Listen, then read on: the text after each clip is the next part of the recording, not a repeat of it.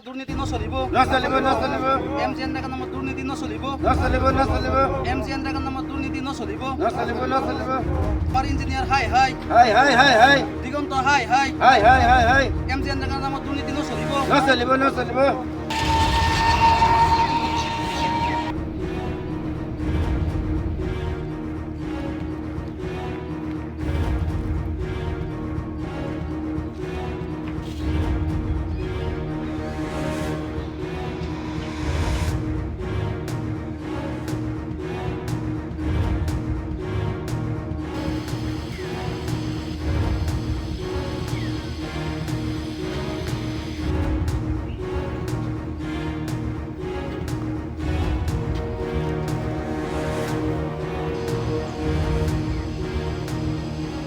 এই মুহূৰ্তত উপস্থিত আছোঁ ধিং উন্নয়ন খণ্ডৰ অন্তৰ্গত ভেৰভেৰী গাঁৱত আৰু প্ৰথমতে আমি উল্লেখ কৰিব বিচাৰিছোঁ যে ধিং উন্নয়ন খণ্ডত চৰকাৰী অভিলাষী আঁচনি ৰূপায়ণৰ ক্ষেত্ৰত ব্যাপক অনিয়ম আৰু দুৰ্নীতি সংঘটিত হোৱাৰ অভিযোগ উত্থাপিত হৈছে আৰু এই যি ধূপগুৰি পঞ্চায়ত এই ধূপগুৰি পঞ্চায়তত বিশেষকৈ চৰকাৰী অভিলাষী আঁচনি এমজি এনৰেগা আঁচনিৰ নামত ব্যাপক লুণ্ঠন ৰাজ চলোৱাৰ অভিযোগ উত্থাপিত হৈছে। মই প্ৰথমতে কিছু পৰিৱেশ দেখুৱাইছোঁ। এই যিখন পথাৰ আপোনালোকে দেখিছে, এই পথাৰ যাৰ নামত আছে মাটিখিনি, এই মাটিখিনি আছে দিলদাৰ হুছেইন নামৰ যিগৰাকী ব্যক্তি, তেওঁৰ ভূমি। কিন্তু অতিকৈ ৰহস্যজনকভাৱে এই মাটিখিনিৰ মাজেদি এটা বান্ধ সৃষ্টি কৰিবৰ কাৰণে এমজি এনৰেগা আঁচনিৰ অধীনত 13 লাখ টকা আবণ্টন দিছে দিলদাৰ হুছেইন নামৰ যিগৰাকী ব্যক্তি। তেওঁৰ লগত ইয়াত জড়িত হৈ আছে ইয়াৰ ইঞ্জিনিয়াৰ, উন্নয়ন খণ্ডৰ একাংশ চৰকাৰী বিষয়া কৰ্মচাৰী জড়িত হৈ থকাৰ অভিযোগ উত্থাপিত কৰিছে ইয়াৰ ৰাইজে। আমি পোনপটীয়াকৈ তেওঁলোকৰ পৰা জানিবলৈ বিচাৰিম যে আচলতে চৰকাৰী অভিলাষী আঁচনি ৰূপায়ণৰ ক্ষেত্ৰত হৈছে কি আপোনালোকৰ পঞ্চায়তত? হয়, আজি আমাৰ চাওক এমজি এনৰেগাৰ নামত আমাৰ ধিং ব্লকৰ ধূপগুৰি গাঁও পঞ্চায়তৰ বেৰবেৰী গাঁৱত যি দুৰ্নীতি আৰম্ভ কৰিছে, আমাৰ মানুহে অহা যোৱা কৰা যিবিলাক মেইন ৰাস্তা, সেই ৰাস্তাবিলাকত পানী হৈ থাকে আৰু এইটো এগ্ৰিবান নামৰ যিটো ডন আমাৰ এই এমাউণ্টটো ধৰিছে, এইটো সম্পূৰ্ণ নিজৰ পুখুৰী বান্ধিবৰ কাৰণে, নিজৰ আলি বান্ধিবৰ কাৰণে পইচাটো ধৰিছে। ইঞ্জিনিয়াৰক লগ লাগি ইঞ্জিনিয়াৰক ফিটিং কৰি আমি গোপন সূত্ৰেও গম পাইছোঁ যে আধা পইচাৰ অংকত মিলি ইঞ্জিনিয়াৰে এই কামটো চেংচন কৰিছে। গতিকে মই পঞ্চায়ত আৰু গ্ৰামোন্নয়ন মন্ত্ৰী অতুল বৰা ডাঙৰীয়াক মই অনুৰোধ কৰিম যাতে এইবিলাক দুৰ্নীতি কামত অলপ ধ্যান দিয়ে আৰু পঞ্চায়তৰ চৰকাৰৰ পইচা যাতে কোনো বিফলে নাযায়।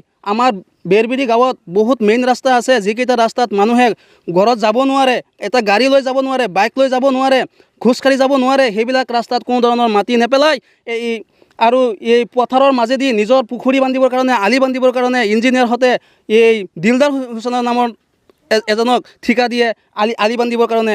গতিকে এনেকুৱা ইঞ্জিনিয়াৰৰ বিহিত ব্যৱস্থা ল'বৰ কাৰণে মই অনুৰোধ কৰিম অসমৰ মুখ্যমন্ত্ৰী ডক্টৰ হিমন্ত বিশ্ব শৰ্মা, যিহেতু দুৰ্নীতিত আপোচ নকৰা মুখ্যমন্ত্ৰী, গতিকে মই মুখ্যমন্ত্ৰী মহোদয়ক মই অনুৰোধ কৰিম যাতে এই দুৰ্নীতি কৰা বিষয়ববীয়াসকলক যাতে বিশেষভাৱে ব্যৱস্থা কৰে।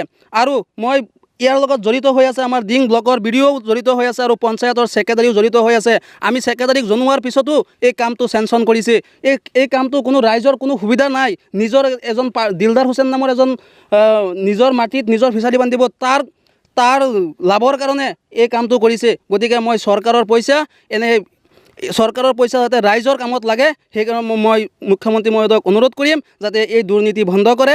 আৰু আমাৰ ধূপগুৰি পঞ্চায়তত বহুতবাৰ কেলেংকাৰী হৈছে, এমজি এনৰেগাই হওক, PMI হওক, আমি উচিত তদন্ত কৰিব লাগে। আমি উল্লেখ কৰিছোঁ যে ব্যক্তিগত মুনাফাৰ বাবে এতিয়া চৰকাৰী আঁচনি ৰূপায়ণ কৰাত একাংশ বিষয়া কৰ্মচাৰী উঠি পৰি লাগিছে। ইয়াৰ মূল উদ্দেশ্য হৈছে যে লুটিপুটি খাব লাগে, চৰকাৰী ধন লুটিপুটি খোৱাৰ উদ্দেশ্যৰে এই যিসমূহ অভিলাষী আঁচনি, চৰকাৰী অভিলাষী আঁচনিৰ নামত লাখ লাখ টকা আবণ্টন দিছে আৰু তেওঁলোকে লুণ্ঠন ৰাজ চলাইছে। মই অন্য ৰাইজ আছে, খুৰা মই আপোনাৰ ওচৰলৈ আহিছোঁ। আপোনাৰ ঘৰ ইয়াতে? মোৰ ঘৰ ইয়াত।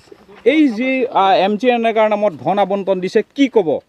এইটোতো ৰাস্তা নহয়। ৰাস্তা ইয়াৰ পৰা ধৰি লওক এই 10 মিটাৰ সিফালে ৰাস্তা এটা আছে, সেইটো হ'ল পঞ্চায়তে ধৰিছে ৰাস্তা, আগত কাম কৰিছে, সেইটো ৰাস্তা কৰক।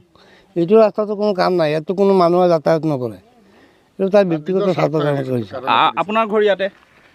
মই ঘৰ ইয়াতে। কি ক'ব এই যিটো এইটো ব্যক্তিগত স্বাৰ্থৰ কাৰণে সি দুয়ো ছাইডেদি মেদি পট্টাৰ মাটি কোনো ৰাস্তাৰ প্ৰয়োজন নাই, ৰাস্তাৰ পৰাই অহা যোৱা কৰিব পাৰে খেতিটোত।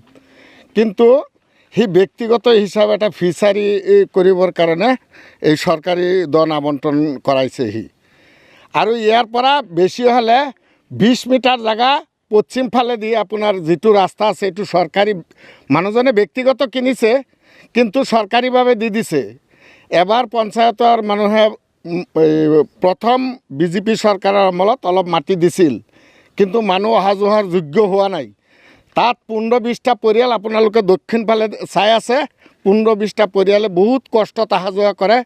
চাইকেল বস্তু বাহানি মোনা এটা ভৰি আনিলেও লৈ যাব নোৱাৰে, সেইখিনি লৈ আমাৰ ঘৰত থৈ যায়, পিছদিনাখন ৰাতিপুৱা নিব লাগে।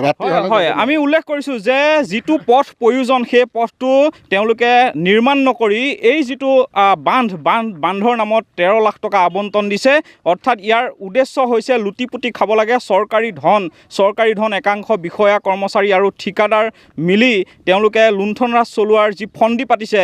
আচলতে মন্ত্ৰী অতুল বৰাৰ যি পঞ্চায়ত আৰু গ্ৰামীণ উন্নয়ন বিভাগত এয়া হ'বলৈ কি ধৰিছে চকু দিয়াটো অতিকৈ প্ৰয়োজন। আৰু বিশেষকৈ আমি উল্লেখ কৰিছোঁ যে ধিং উন্নয়ন খণ্ডৰ যিগৰাকী খণ্ড উন্নয়ন বিষয়া তেওঁ আচলতে কৰিছে কি, আচলতে এই যিসকল দুৰ্নীতিপৰায়ণ ব্যক্তি, দুৰ্নীতিপৰায়ণ যিসকল বিষয়া তেওঁলোকক আচলতে ৰঙা দলিচা পাৰি দিছে নেকি, সেয়াও কিন্তু লাখ টকীয়া প্ৰশ্ন হিচাপে বৰ্তমান সময়ত বিবেচিত হৈছে।